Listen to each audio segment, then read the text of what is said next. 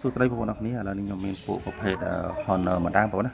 អានេះគឺ Honor 30 Pro ប្រភេទកញ្ចក់កោងបងប្អូនប្រភេទកញ្ចក់កោងអាវ៉ាន់នេះគឺយើងលក់ជូនបងប្អូនតម្លៃជូនធូរទៀតភាសាវាស្ទើបងប្អូនណាវាដាននៃក្រង់ហើយតម្លៃលក់ជូនយើងគិត135បងប្អូនណាភាសាវ៉ាន់ទិញមួយថ្លៃនេះបងប្អូនណាគឺក្រង់វារៀងដានស្វាយបងយើងដានស្វាយកញ្ចក់កោងបងប្អូនណាកញ្ចក់កោងនេះកញ្ចក់កោងដានស្វាយទួចហើយពួក Honor ហ្នឹងគឺប្រភេទ version ចិនទេបងប្អូនណាហើយការប្រើប្រាស់នៅដំណើរការធម្មតា SIM Wi-Fi ខុសចេញខុសចូលគឺបានធម្មតាហើយ store វិញយើងអាចធ្វើការ down app ដល់នេះបានណាគឺប្រភេទចេញពី app gallery របស់ Huawei មកគឺយើង down បានមួយឆ្ងាញ់សម្រាប់ទូរស័ព្ទនេះគឺ RAM ទំហំ 8GB បងណា RAM 8GB ម៉ាស៊ីន 256GB ប្រភេទ Honor 30 Pro អញ្ចឹងបើសិនជាបងប្អូនស្រឡាញ់ Honor នេះណាគឺវិទ្យាជូនគឺដានអេក្រង់តម្លៃ$135ទេបងណា